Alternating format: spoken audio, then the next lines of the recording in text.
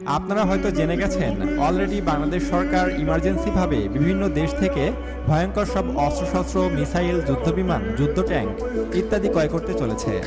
অর্থাৎ এই অস্ত্রগুলো আপকামিং অস্ত্র, যেগুলো ফোর্সেস গোল 2030 সালের মধ্যে বাংলাদেশের বহরে যুক্ত হতে চলেছে। বর্তমানে বাংলাদেশ মিয়ানমার উত্তেজনার মধ্যে বাংলাদেশ সরকার নতুন করে আরও বেশি সমরাস্ত্র নিজ দেশে উৎপাদন ও ক্রয় করতে চলেছে। আজকের এই ভিডিওটিতে আমরা আপনাদের দেখাবো বাংলাদেশের আপকামিং ভয়ঙ্কর 10টি অস্ত্র, যেগুলো বাংলাদেশের বহরে যুক্ত হয়ে গেলে মিয়ানমার তো অনেক দূরের কথা, ভারতও আমাদের ভয় পাবে। তো চলুন শুরু করা যাক। Number 10, 155 mm artillery. আর্টিলারি ছাড়া সেনাবাহিনীর যুদ্ধক্ষেত্র অসম্পূর্ণ।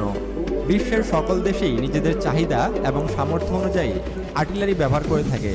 বাংলাদেশ সেনাবাহিনীর সক্ষমতা আরও বৃদ্ধির জন্য 155 mm হাউজার আর্টিলারির টেন্ডার দেওয়া হয়েছিল 2019 সালে।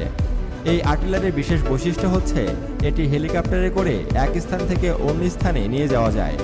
বাংলাদেশ সেনাবাহিনীতে এমন আর্টিলারি সিস্টেমের চাহিদা ব্যাপক এবং বাংলাদেশ সেনাবাহিনী খুব সহজেই হেলিকপ্টারের সাহায্যে এই আর্টিলারিগুলো এক স্থান থেকে অন্য স্থানে নিয়ে যেতে পারবে। এই ধরনের এক একটি আর্টিলারির ওজন হয় প্রায় 4.5 টন এবং এই আর্টিলারি পরিচালনা করতে 7 জন ক্রু প্রয়োজন হয় এবং এই আর্টিলারির রেঞ্জ 25 থেকে 40 কিলোমিটার পর্যন্ত হয়ে থাকে। বাংলাদেশ কত সংখ্যক এই ধরনের আর্টিলারি সিস্টেম কিনতে চলেছে তা জানা যায়নি। যুদ্ধক্ষেত্রে এক অনন্য অস্ত্র এটি।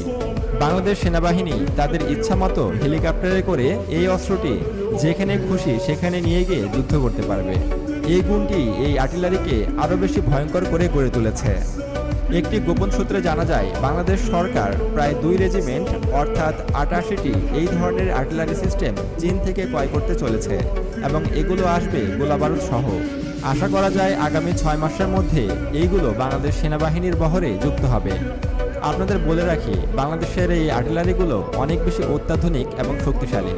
এই আর্টিলারিকে প্রতিরোধ করার মতো কোনো অস্ত্র মিয়ানমারের হাতে নেই। নাম্বার 9, MBPS ট্যাঙ্ক বা উভচর ট্যাঙ্ক। বাংলাদেশ সরকার বাংলাদেশ সেনাবাহিনীর জন্য